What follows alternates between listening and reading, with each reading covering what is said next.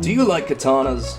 Do you like samurai, ninja, and other cool Sengoku era stuff? Do you wish to unify Japan? No? Well, too bad. Because in today's episode of Chads of History, we are going to examine what true aura farming looks like. Today's Chad of History is Oda Nobunaga, or just Nobunaga, because I'm American and my pronunciation is probably going to offend at least a few of you. So buckle up and enjoy the ride. This man went from being called the Fool of Owari to becoming one of the most feared warlords in Japanese history, and he got about 95% of the way to unifying Japan before one of his own generals decided to hit the eject button and totally betray Nobunaga. He was born in 1534 in the Owari province, and this is in the Sengoku period of Japan, or literally the Warring States period.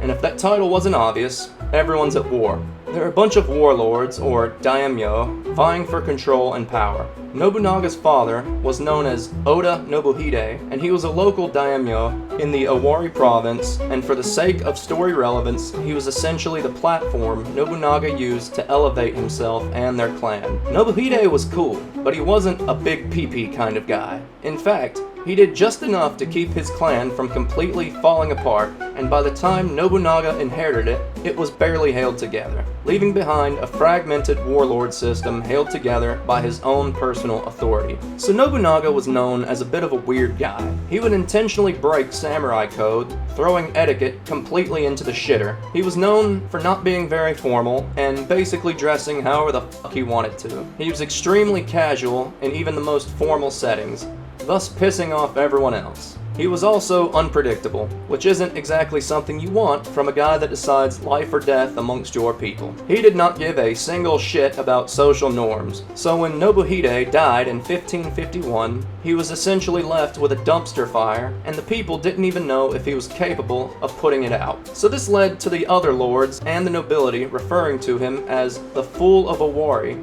but Nobunaga was certainly not a fool, but was, in fact, a Chad. This did, however, grant him some affinity with the peasants and local farmers. So now, he's the clan leader. On paper. There are also competing loyalties and a weak political consensus about his authority, so some retainers support him, while other rival factions begin to form inside the Oda domain. While other retainers still viewed Nobunaga as the Fool of Owari, there was a divide amongst the retainers. Most notably competing for power was his younger brother, Oda Nobuyuki, whom the retainers generally viewed as the safer option. The tensions swelled until they hit a breaking point finally with rebellion. Several retainers backed Nobuyuki's faction, and eventually things spilled out into open conflict. In 1556, Nobunaga, against all odds, defeated his brother's army at the Battle of Ino. Nobunaga had around 700 men, while his brother fielded around 1,700 men. Well, apparently Nobunaga wasn't keen on waiting for rebel forces to consolidate, so he charged the force that was already there. I assume this caught the rebels off guard or something, because they lost kind of badly from the sounds of it. Anyway, Nobunaga's mom pleaded with him not to execute his little brother, so he pardoned him. However, the little shit kept plotting, and after further conspiracies were uncovered, Nobunaga had him assassinated in 1558. So now, with internal opposition eliminated, Nobunaga's authority became much harder to challenge, and he can now begin to shift focus towards enemies outside of the clan. So while Nobunaga is busy putting out dumpster fire after another, there was another major power rising up in the east. That power was the Imagawa clan, led by Imagawa Yoshimoto. So it's 1560 now, and Yoshimoto has begun to campaign towards Kyoto. Now, Kyoto was kind of like the hot chick in college everyone wanted to hook up with, not to marry, but for clout, and to high-five their buddies afterwards. Kyoto was the seat of the emperor, and the current shogunate of the time, the Ashikaga shogunate. So in order to get to Kyoto, Yoshimoto's army would have to move through territory connected to Oda territory, and this rubbed Nobunaga's balls raw, metaphorically speaking, of course. This presented an existential threat to his sphere of influence, so rather than negotiate, or wait it out, or hide behind his walls, he instead decides to whip out his giant schlong and attacks the much larger Imagawa army because he's a in Chad. Now, in most situations like this, most generals are looking at the situation like it's hopeless. Nobunaga took one look at their army and said, "Hold my beer," thus beginning the Battle of Okehazama. So it was reported that Yoshimoto and his retainers were celebrating some of their recent victories, and his forces were dispersed enough for Nobunaga to strike. So he used a combination of the terrain, the element of surprise, and the chaos of a storm happening in order to attack Yoshimoto's position directly.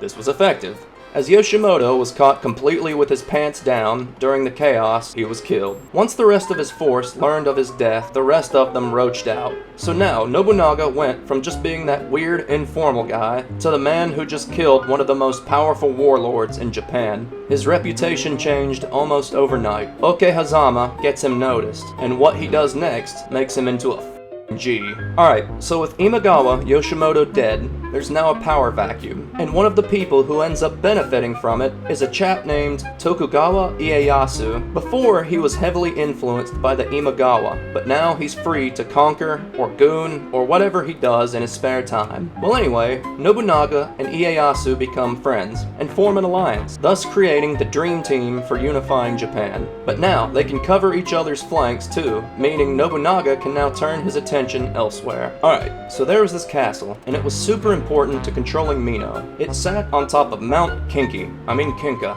and it was a pretty strong castle, and whoever controlled it basically controlled most of Mino. So he spent years recruiting defectors, putting pressure where it hurts Mino. Their ruler, Saito Tatsuoki, was increasingly isolated, and when the castle finally fell, it was proof that Okazama wasn't just a fluke for Nobunaga. Because he was a Chad, people really liked Nobunaga, so he was kind of good at convincing people to turn coat and join his side.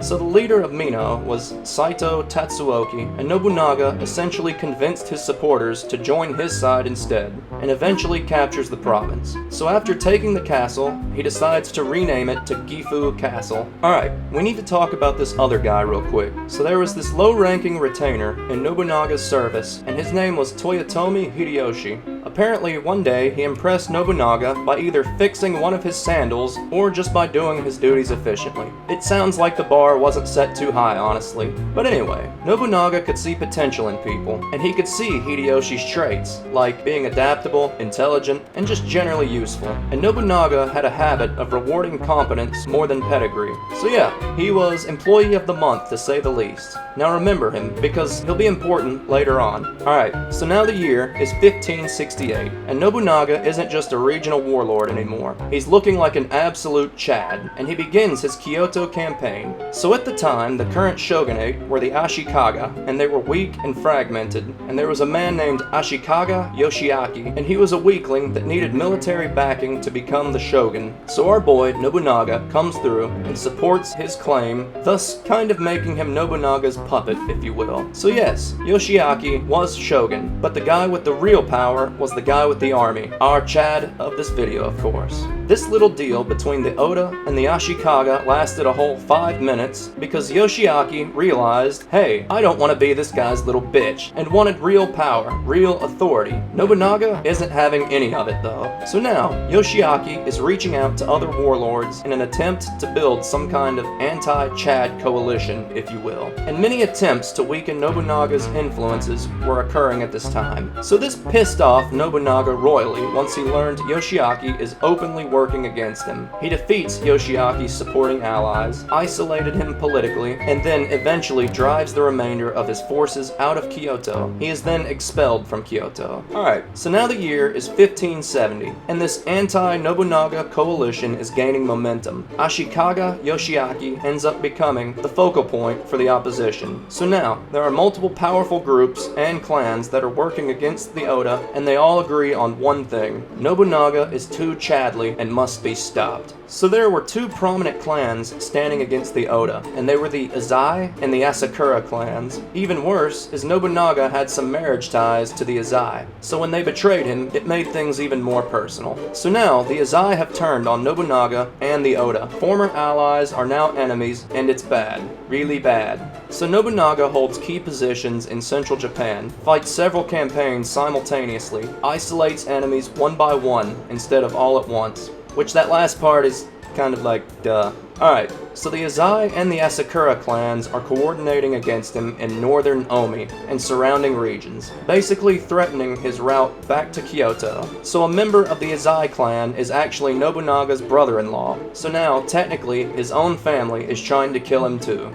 Alright, so now the coalition is putting pressure on Nobunaga's forces from multiple directions and is trying to force him to make a move, or ideally to put himself in a bad position between river routes and mountain passes around Omi. So instead of panicking or consolidating defensively, our Chad decided to control the tempo of the war. He kept his forces active and maintained key positions and didn't let the coalition fully synchronize their attacks. So he wasn't just cool looking, he was also smart. So it's still 1570, and the coalition finally grew a pair and decided to attack Nobunaga in an open battle. This was the Battle of Anigawa. Azai attacked from one side, the Asakura from another side. However, Nobunaga had his bestie with him during this battle and was supported by the Tokugawa. The battle ends with Azai and Asakura retreating, and the Oda and Tokugawa holding the field. It wasn't exactly a one-sided beatdown, but it was a major victory for Nobunaga and proved, even when being completely surrounded, he can still finagle a win somehow. So now, he's got his major victory under his belt, and the coalition is still alive and licking their wounds. And there was this temple that sat on Mount Hiei called Enryaku-ji,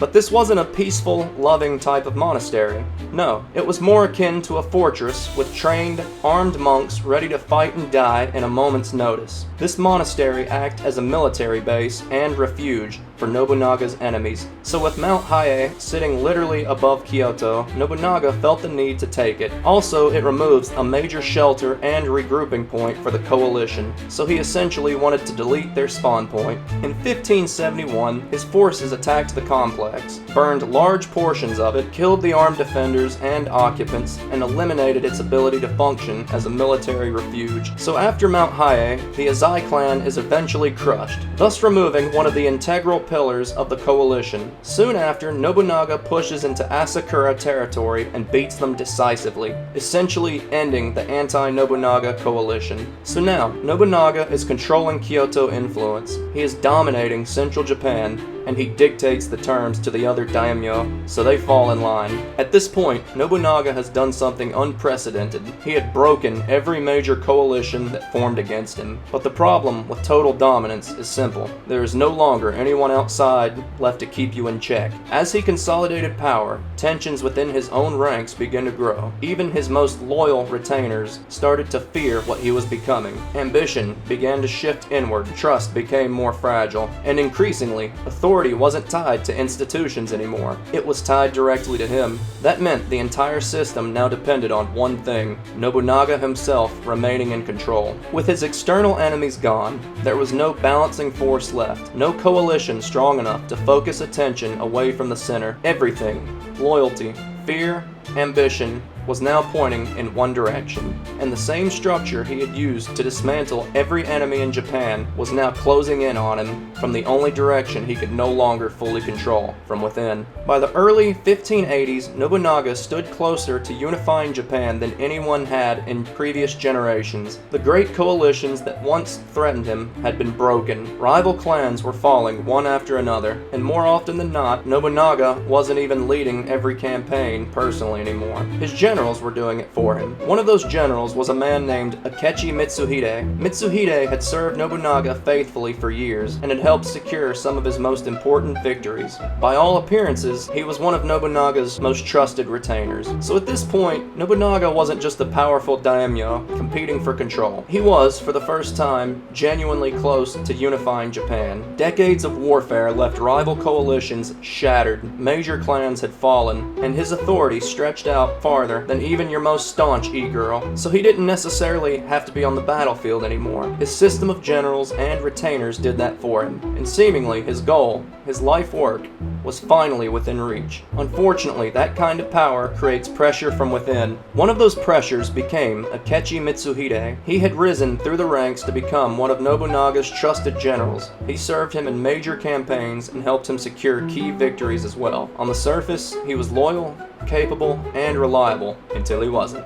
Alright, so now it's 1582 and Nobunaga is staying at Honnoji Temple in Kyoto, and this time he only had a small contingent of guards accompanying him, mostly because he wasn't really expecting any major threats by that point. However, this came back to bite him in the sack as Mitsuhide made his move. So for reasons unknown, Mitsuhide got a wild hair up his ass and decided to turn on his lord and attacked Honnoji. Nobunaga was trapped, so now, outnumbered and completely surrounded, he realistically couldn't escape. And as the temple burned around him, Nobunaga, like the Chad he was, chose death over capture. It is widely believed he performed seppuku and took his own life. Mitsuhide the Rat's victory would not last very long, however, as one of Nobunaga's other loyal generals, Toyotomi Hideyoshi, immediately turned his army around upon hearing of the betrayal. Within weeks, Mitsuhide was defeated and Nobunaga's death was avenged at the Battle of Yamazaki. Afterwards, Mitsuhide wasn't captured and executed, but rather it is believed that he was killed by bandits or peasants while he was escaping. So although Nobunaga never fully unified Japan, he did something just as important. He broke the old system and laid down the foundation for those to finish what he started. Later on, Hideyoshi was able to take over where Nobunaga had left off, completing the unification of Japan, and then, when he died of illness, essentially leaving Oda's close ally, the Tokugawa, to more or less take over and stabilize the country with long-term rule. Oda Nobunaga had lived to be 47 years old and died as he lived, like a Chad. Alright, well that's the end of the video. I hope you guys enjoyed it, and I'll try and have another video for you guys soon. Anyway, that's all for now. Bandana Man, out!